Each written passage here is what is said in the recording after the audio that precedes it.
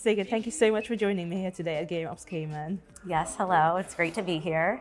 Tell me about AI and where it's actually making a difference in compliance today, and where do you see it maybe being overhyped at the moment?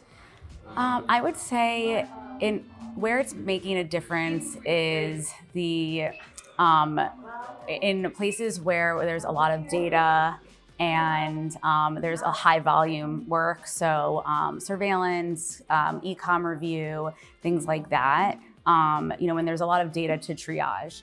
And where it's overhyped, I don't know if overhyped is the right word, but I would say that where it's not as useful, it would be things that require judgment. Things like that where things need to be interpreted based on context. Things like MMPI issues. There's a lot of things that are dependent on regulatory interpretation and court cases. So I think those things, you need a human to make that decision still. And then on the flip side, with AI being potentially helpful in compliance, what compliance risks does it introduce? I think that, the biggest compliance risk, I think, is not having a human review things. I think firms need to make sure that everything that is being used, any AI output is being reviewed by a human before it goes out to a third party or before it's used in any way.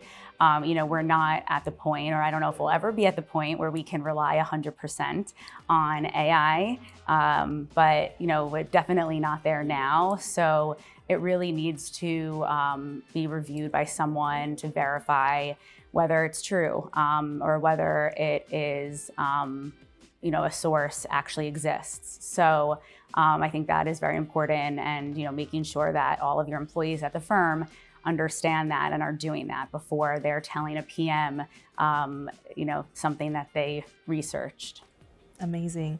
And with that human in the loop still and technology just growing and evolving all the time, how are hedge fund managers rethinking their operating models as a response?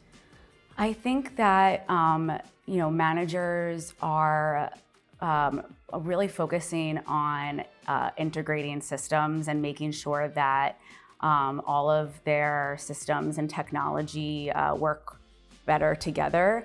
I think that, in the past, everything was a little bit segregated, and, IT had their tech, compliance had their tech. Compliance, even for myself, we had different, different tools for different components of compliance. And so data was kind of in all different places. And now I think it's really important that these things are more centralized and that they can work together and be integrated, and not just within the department, but within the whole firm.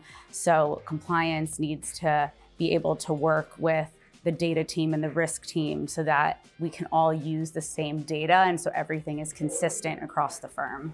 Absolutely. It's almost like an end-to-end kind of process that we're aiming for, isn't it? Yeah, and I think that, you also need to make sure that all of the stakeholders of the firm are in communication, or on the same page, and have the same goals. Amazing. So then on the regulatory side, does it feel like they're a little bit out of step using AI, or is there a different expectation there? I think the regulators, are right in that they are aligned with the industry, in that they understand that AI is important and AI is here to stay. Unfortunately, I think that they're kind of always a little too late in regulation, and I think that this AI is moving so quickly that anything that they do put out might be it might be moot by the time that it's issued, because of how quickly it's changing. So it just seems like the the speed of the regulators just needs to match the speed of AI's adoption. Yeah, and I mean, I don't even know if that's possible because it's changing so fast, right? Like, it can change within hours. The news cycle is so, evolving rapidly. And companies are putting out, new advancements in their tools every day. But it's difficult because the regulators, have these expectations that sometimes the firms can't meet because they're just things that don't exist anymore or that are outdated. Absolutely.